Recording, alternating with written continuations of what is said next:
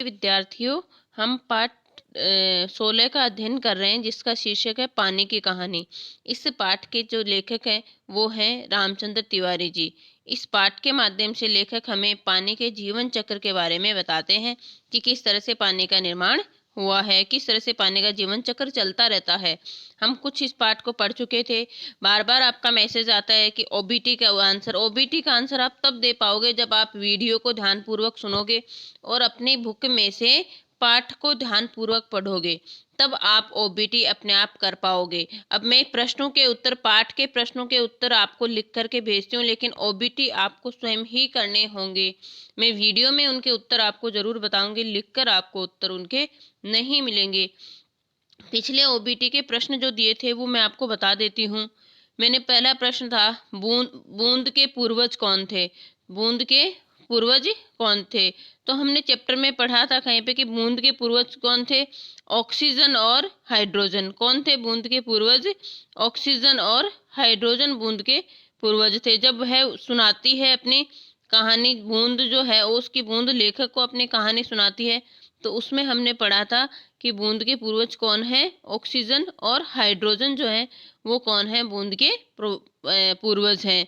अगला प्रश्न हमारा था, पानी की कहानी पाठ के लेखक कौन है? वो कौन है? रामचंद्र तिवारी जी। पाठ के अंत में दिए हुए होते हैं, अगर आप ध्यान से पढ़ो तो कौन है लेखक? रामचंद्र तिवारी जी इस पाठ के लेखक हैं। अगला तीसरा प्रश्न था, पृथ्वी किसका टुकड़ा है? हमने पाठ में पढ़ा था कि पृथ्वी जो है सूर्य से अलग हुई है। पृथ्वी किससे अलग हुई है? सूर्य से अलग हुई है। तो पृथ्वी किसका टुकड़ा है? पृथ्वी जो है वो सूर्य का टुकड़ा है। पृथ्वी किसका टुकड़ा है? सूर्य का टुकड़ा है। लेखक को ओस की बूंद कहाँ मिली थी? सबसे पहले ही है, लेखक को ओस की बूंद कहाँ मिली थी? बेर की झाड़ी के ऊपर मोती के समान ओस की बूंद मिली थी। लेखक को कहाँ मिली थी ओस की बूंद? बेर की झाड़ी के ऊपर ओस की बूंद मिली थी। फिर पांचवा प्रश्न है, ओस की बूंद क्रोध और घृणा से क्यों कांप उठी? पांचवा प्रश्न हमारा क्या है? ओस की बूंद जो है क्रोध और घृणा से क्यों कांप उठी?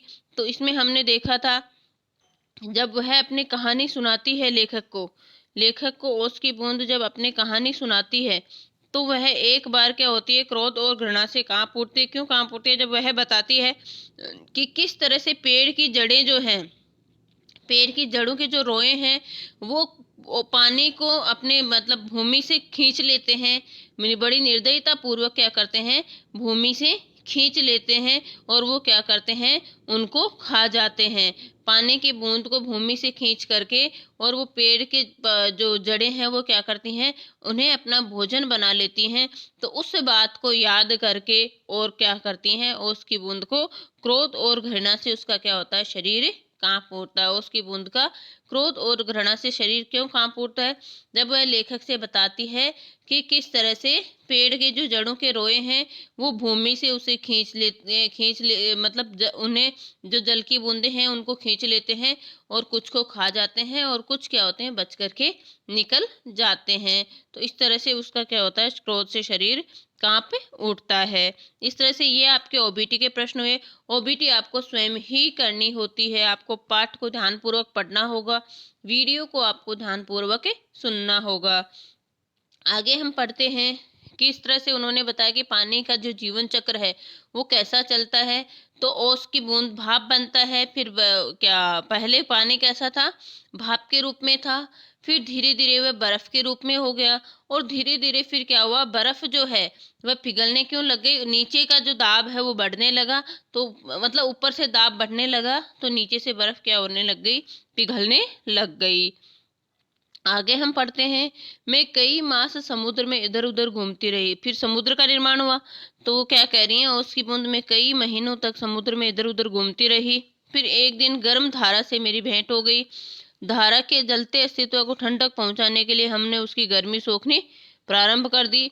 इसके फलस्वरूप में पिघल पड़ी और पानी बनकर क्या हो गई? समुद्र में मिल गई। मतलब बर्फ के रूप में मैं थोड़े कई दिन तक समुद्र में इधर उधर घूमती रही। एक दिन क्या हो गया? गर्म धारा से, मतलब वो समुद्र का पानी कौन सी धारा में मिल गया? गर्म धारा में मिल गया। और गर्म धारा के जलते हुए अस्तित्व को ठंडक पहुंचाने के लिए हमने क्या किया?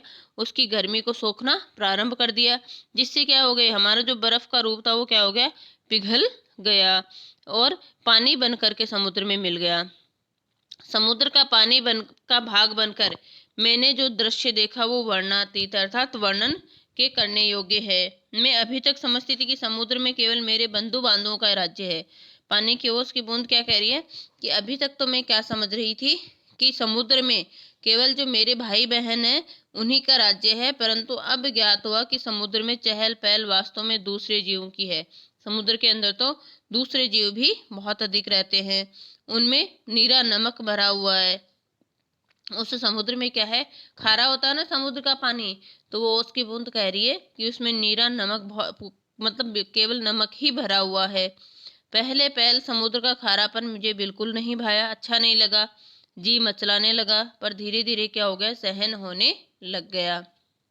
एक दिन मेरे मन में आया कि मैं समुद्र के ऊपर तो बहुत घूम चुकी हूँ, भीतर चलकर भी देखना चाहिए। मतलब ओस की बूंद क्या कर रही है कि एक दिन मेरे मन में आया कि मैं समुद्र के ऊपर ऊपर तो बहुत अधिक घूम ली, भीतर चल करके भी देखना चाहिए कि क्या है अंदर। इस कार्य के लिए मैंने गहरा जाना प्रारंभ कर दिया। धीरे धीरे मार्ग में मैंने क्या देखे, विचित्र विचित्र अलग अलग तरह के जीव देखे। मैंने अत्यंत धीरे रेंगने वाले घोंगे देखे, समुद्र के अंदर होते हैं सारे जीव ये। जालीदार मछलियां देखी, कई कई कई मन भारी कछुए, मतलब कई कई मन अर्थात बहुत अधिक भारे कछुए और हाथों वाली मछलियां देखी। एक मछली ऐसी देखी जो मनुष्य से कई गुना लंबी भी थी। एक मछली क्या थी, मनुष्य से, व्हेल जो होती है, व्हेल मछली, वो बहुत बड़ी होती है ना, उसके 8 हाथ थे। वह इन हाथों से अपने शिकार को क्या होती थी, जकड़ लेती थी। कई मछलियां बहुत बड़ी बड़ी भी वहां पर थी। मैं और गहराई में मैं और गहराई की खोज में किनारों से दूर हो गई तो मैंने एक ऐसी वस्तु देखी कि मैं चौंक पड़ी। क्या कह रही है वो उसकी बूंद कि मैं गहरी जाती गई और मैं और गहराई में चलती गई तो किनारों से क्या हो गई, मैं बहुत अधिक दूर हो गई। तो मैंने एक ऐसी वस्तु देखी जिससे मैं चौंक पड़ी, आश्चर्यचकित हुई। अब तक समुद्र में अंधेरा था, सूर्य का प्रकाश कुछ ही भीतर तक पहुंच पाता था, अंधेरा रहता था। और बल लगाने के देखने के कारण मेरे आंख जो है, नेत्र जो दुखने लग गए थे। अंदर जब मैं घुसी तो बल लगा करके देख रही थी तो मेरे नेत्र दुखने लगे थे। मैं सोच रही थी कि यहाँ पर जीवों को कैसे दिखाई पड़ता है अंदर तक, कि सामने ऐसा जीव दिखाई पड़ा। इतने में मुझे क्या हुआ, सामने एक ऐसा जीव दिखाई पड़ा जो मानो ऐसे लग रहा था लालटेन लिए घूम रहा हो। ऐसा चमकीला जीव था जो ऐसे लग रहा था मानो वो क्या हो, लालटेन लिए घूम रहा हो। यह एक अत्यंत ही सुंदर क्या थी, मछली थी। इसके शरीर से एक प्रकार की चमक निकलती थी जो इसे मार्ग दिखलाती थी। इसका प्रकाश देखकर कितनी छोटी छोटी अनजान मछलियां इसके पास आ जाती थी। जैसे ही उसकी रोशनी देखती थी, कई बेचारी छोटी छोटी मछलियां जो अनजान थी वो उसके पास आ जाती थी। और जब वह मछली, जो चमकीली जो मछली होती थी, वह क्या करती थी, जब भी भूखी होती थी, जो छोटी छोटी अनजान मछलियां उसके पास आती थी, उनका क्या करती थी, पेट भर करके उनसे भोजन प्राप्त कर लेती थी, उनको खा जाती थी। तो लेखक कह रहा है विचित्र है। फिर वापस कह रही है उसकी बूंद, जब मैं और नीचे समुद्र की गहरी तह में पहुंची तो देखा कि वहां भी जंगल है। मतलब अंदर भी छोटे छोटे पेड़ पौधे लगे हुए हैं, छोटे ठिगने मोटे पत्ते वाले पेड़ बहुत आयत में लगे हुए हैं, बहुत अधिक लगे हुए हैं। वहां पर पहाड़ियां हैं, घाटियां हैं। इन पहाड़ियों को गुफा में नाना प्रकार के, इन जो पहाड़ियां हैं उनकी गुफाओं में अनेक प्रकार के जीव रहते हैं जो निपट अंधे हैं, बिल्कुल ही अंधे, तथा क्या है, महा आलसी होते हैं। यह सब देखने में मुझे कई वर्ष लग गए। जो जी में आया कि ऊपर लौट चलूं। अब फिर मेरा मन में आया कि मैं वापस ऊपर लौट चलूं, परंतु प्रयत्न करने पर जान पड़ा कि यह अब असंभव है। अब मैं ऊपर नहीं जा सकती हूँ। मेरे ऊपर पानी की कोई 3 मील मोटी तह थी। मेरे ऊपर पानी की 3 मील तक की तह थी। मैं इतने नीचे घुस गई थी। मैं भूमि में घुसकर जान बचाने की चेष्टा करने लगी। ये मेरे लिए कोई नई बात नहीं थी। करोड़ों जलकण इसी भांति अपनी जान बचाते हैं कि भूमि के अंदर घुस जाते हैं और समुद्र का जल क्या होता है, नीचे धंसता चला जाता है।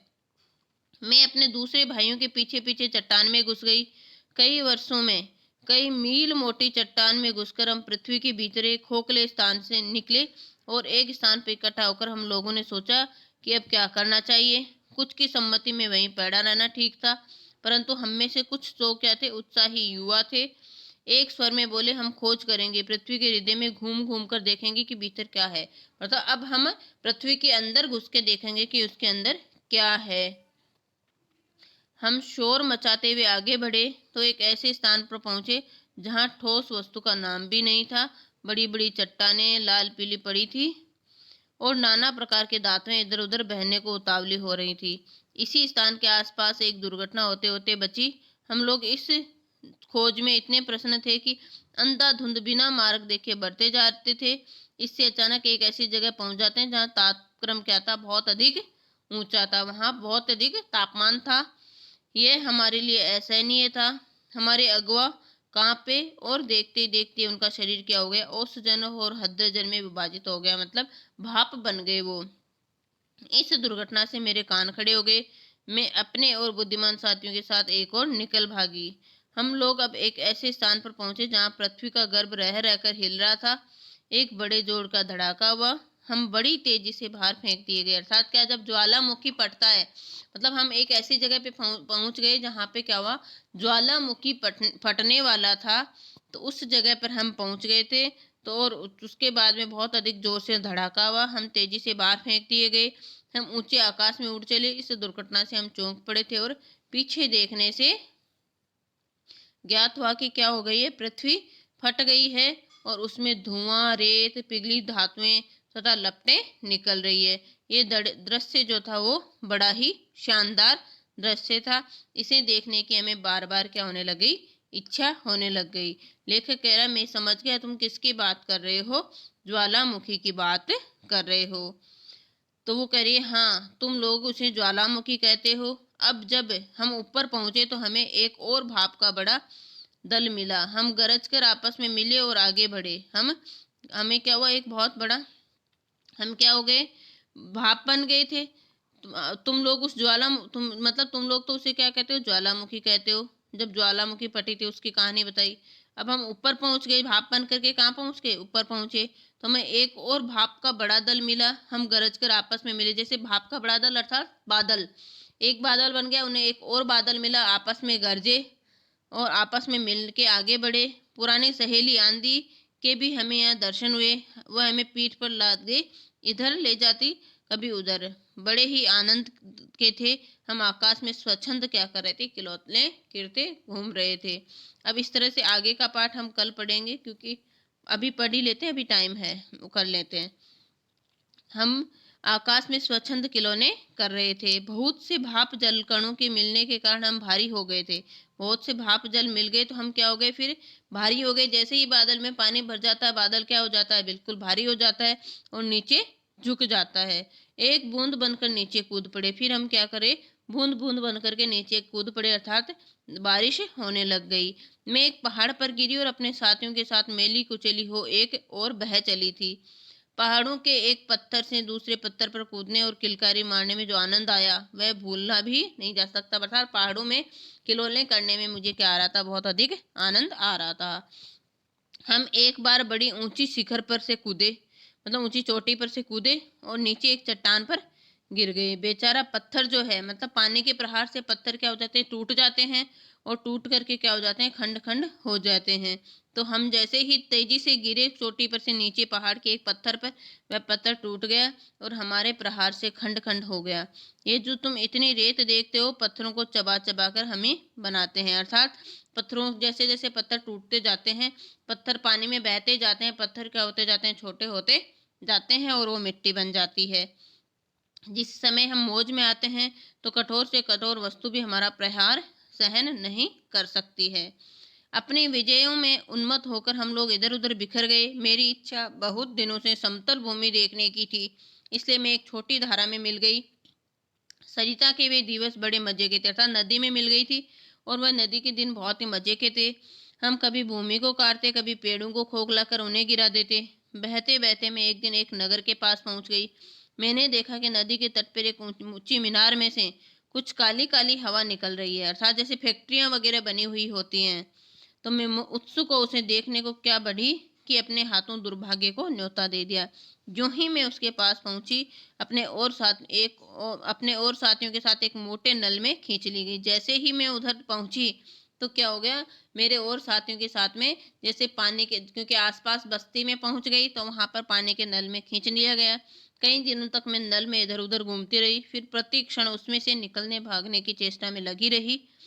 भाग्य मेरे साथ था। बस एक दिन रात के समय में ऐसे स्थान पर पहुंची जहां नल टूटा हुआ था। मैं तुरंत उसमें से निकल भागी और पृथ्वी में समा गई। अंदर ही अंदर घूमते घूमते इस बेर के पेड़ के पास पहुंची तो वह रुकी, सूर्य निकल आए। जैसे ही वह रुकी, सूर्य निकल आए थे, तो बस मैंने कहा, हाँ मैं अब तुम्हारे पास नहीं ठहर। वो कह रहे बेर की जड़ों में से मैं खींच ली गई, बच करके बेर के पत्ते पर आ गई, पत्ते पर से मैं तुम्हारे हाथ पर आ गई। तो वो कह रहा है बस, देख क्या कहता है, बस। तो वो कह रहा हाँ मैं अब तुम्हारे पास नहीं ठहर सकती हूँ, अब क्या आ गया है, सूर्य निकल आया है, तुम मुझे रोक कर नहीं रख सकते हो। मैं वापस क्या बन जाती हूँ, भाप बन जाती हूँ। तो ओस की बूंद धीरे धीरे घटी और आंखों से ओझल हो गई, अर्थात फिर से वह क्या बन गई, भाप बन गई। इस तरह से क्या होता है, लेखक ने क्या बताया इसके माध्यम से कि किस तरह से पानी का जीवन चक्र, भाप बनता है, भाप से फिर पानी, पानी से फिर पानी जमीन में सोख लिया जाता है, फिर पेड़ों के माध्यम से वो वापस ऊपर भाप बन जाता है। इस तरह से पूरे पानी का क्या समझाया उन्होंने, जीवन चक्र इसके माध्यम से समझाया है। कल हम इसके क्या करेंगे, प्रश्नोत्तर करेंगे। ठीक है, धन्यवाद।